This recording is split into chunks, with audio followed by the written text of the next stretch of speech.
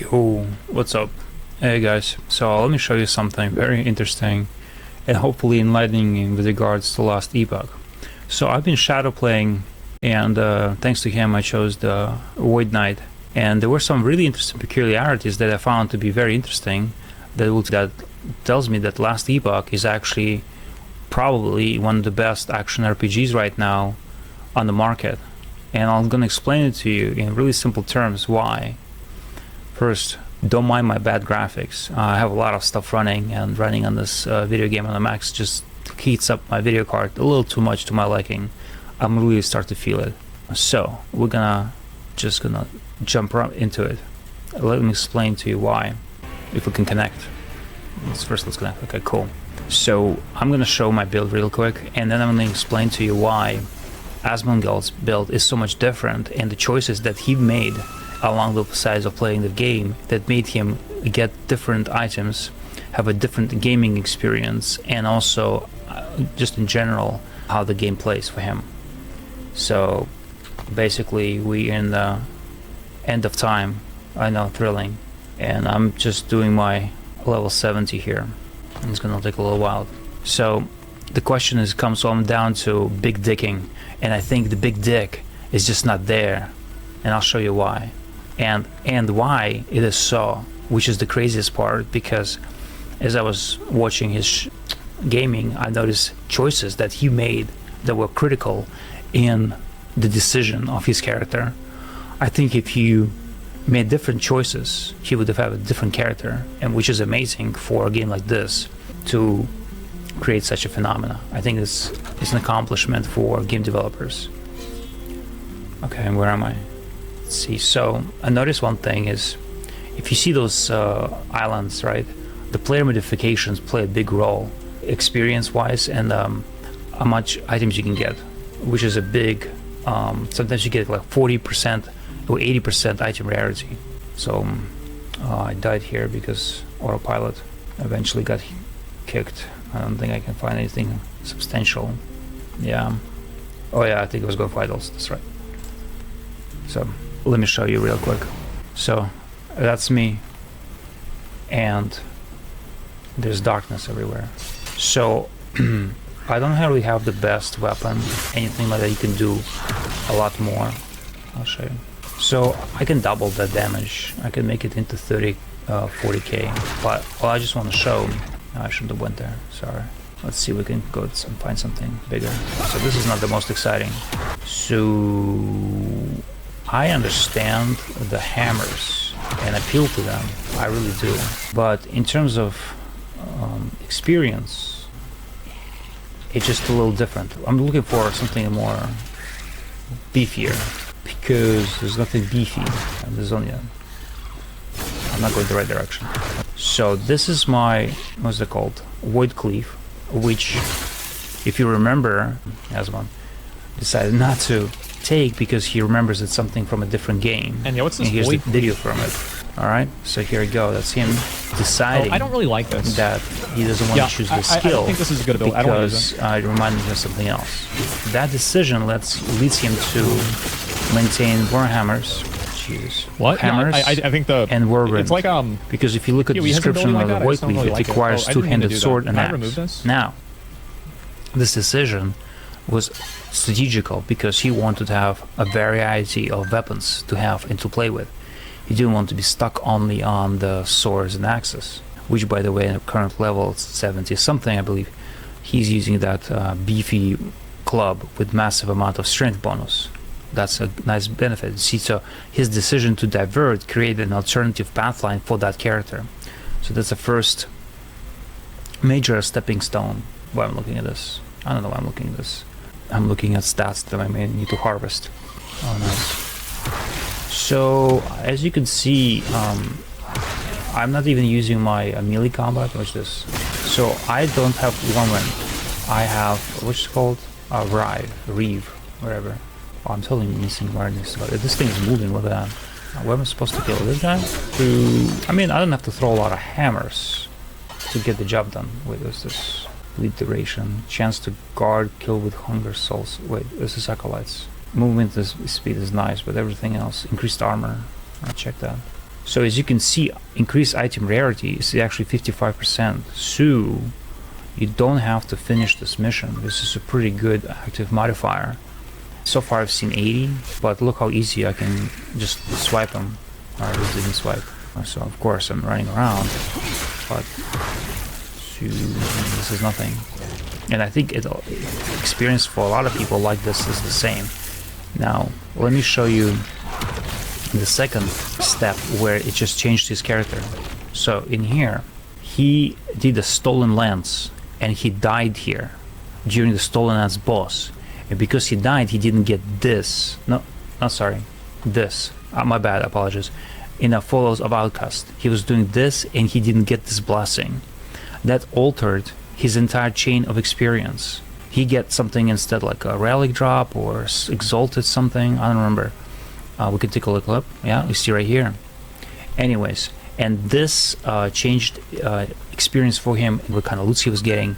It's kind of crazy to design a game like this where, I don't mean to say you have to be hardcore, obviously you probably didn't get it or whatever, and not to mention with prophecies, it's all very random. I think accomplishing just this alone for different players having different sort of experience is fascinating accomplishment for engineers.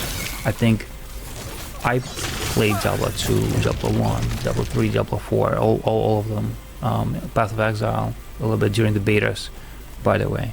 I must say this sort of divergence that is quite noticeable and conscious within a looter action slash RPG game, which is basically monster killing for loot, is pretty cool.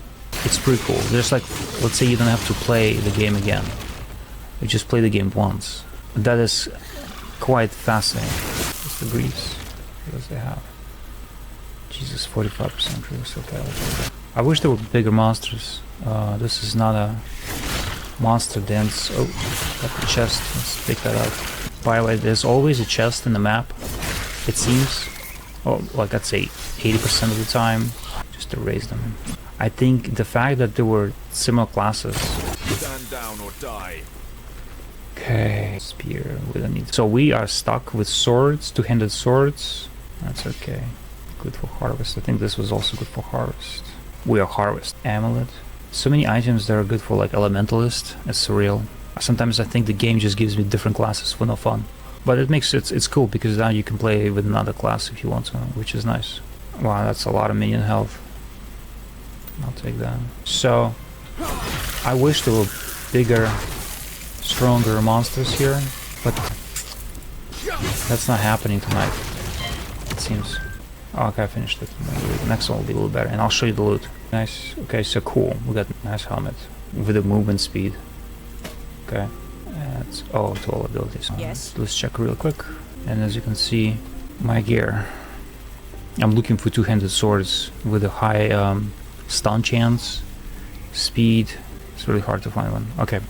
Okay. Before class. So because of that choices that he made, these two choices, and he chose different things.